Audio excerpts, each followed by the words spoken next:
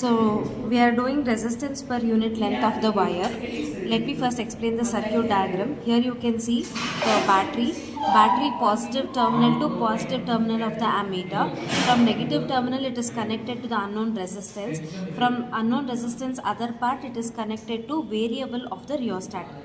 Over here from negative terminal of the battery it is connected to key, from key it is connected to rheostat. Over here for this resistance the voltmeter is connected in parallel. So the same connection when we do it over here in the apparatus, the first thing that you need to do is arrange the components as it is given in the circuit diagram. So the positive terminal of the battery is connected to positive terminal of the milliammeter. From negative terminal it is connected to the resistance. From resistance it is connected to variable of the rheostat. Over here from negative terminal of the battery it is connected to key, from key it is connected to the rheostat. Now over here when taking the connections, now by varying the rheostat we are going to take the readings. So we have to take the readings for 0.2, 0.4, 0.6. Okay, so here I will bring it to 0.4 by varying the rheostat. Now it is 0.4 in voltmeter. For this 0.4 voltmeters, what is the corresponding ammeter reading? It is going to be 0.07. See, this is in milliamps. We have to convert it into amps.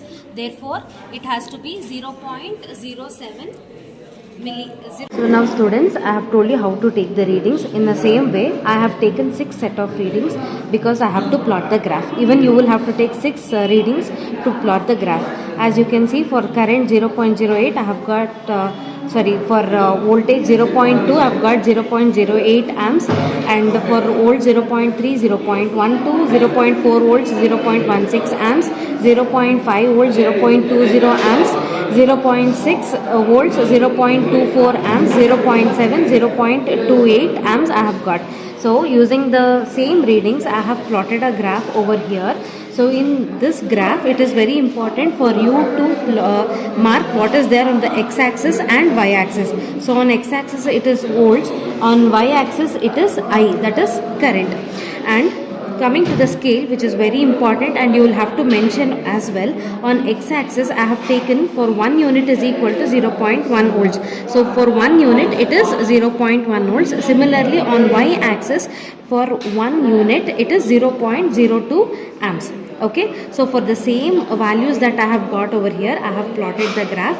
For 0.2 volts it is going to be 0.08, and then 0.3 it is going to be 0.12, and then 0.4 it is 0.16. I have plotted all the points over here and you will be getting a linear graph.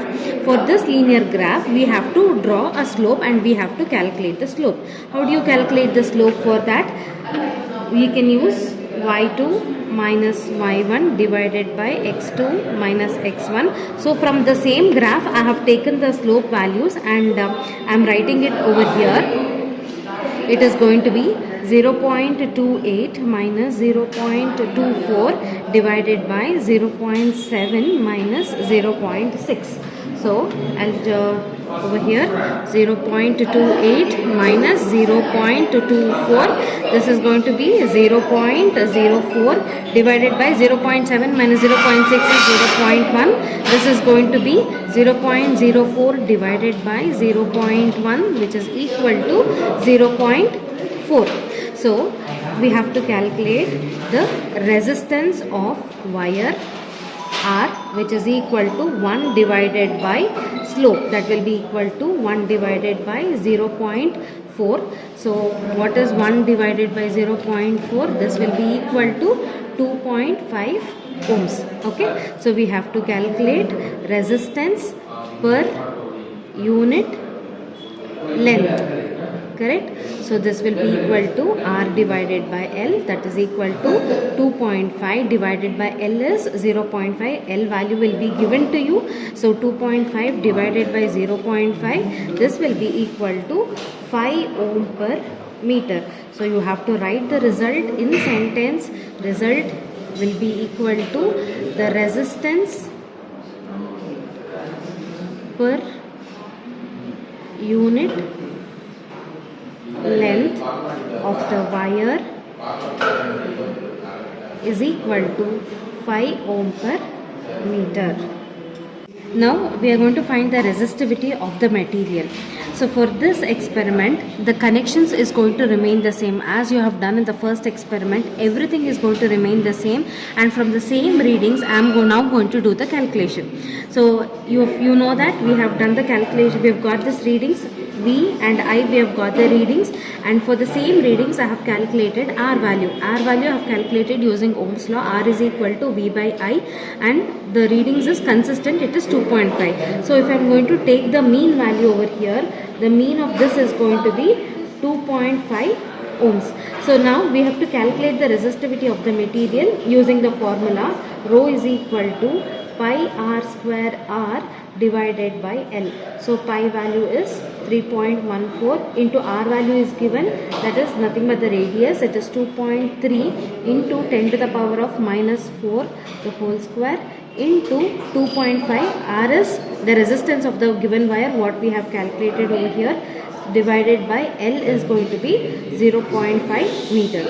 So now if you do the calculation, over here it is 3.14 into 2.3 into 2.3 into 2.5 divided by 0.5. So we have to write this as 83.053 into 10 to the power of minus 8 ohm per meter.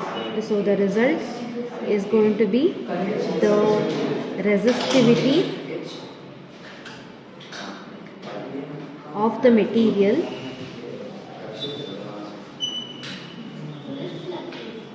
of the wire, rho is going to be 83.05 into 10 to the power of minus 8 ohm meter.